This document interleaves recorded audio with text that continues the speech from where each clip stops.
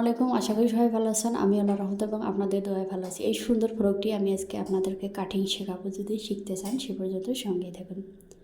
শুরুতে আমি এখানে 2.5 গজ পরিমাণ কাপড় নিয়েছি। এখানে বডির অংশ কেটে নিচ্ছি। বডি তো আমি আপনাদেরকে অনেকবারই শিখিয়েছি। গলা এখানে 3, ফুট গলা হচ্ছে 3,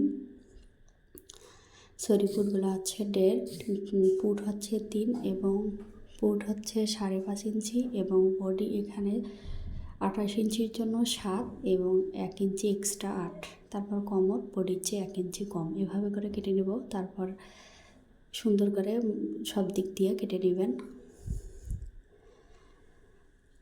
তারপর বাকি যে কাপড়টা আছে সেটাকে লম্বায় 1 ভাঁজ করে নিয়ে রুমালের মতো এভাবে করে ভাঁজ করে নেবেন।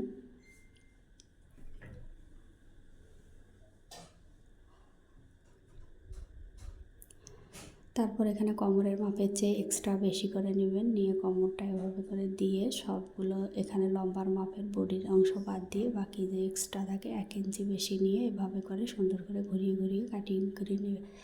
এভাবে করে মার্ক করে নেবেন।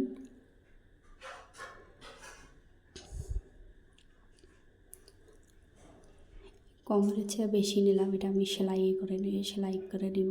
আপনারা ভিডিও দেখলে বুঝতে পারবেন, সেলাই ভিডিও।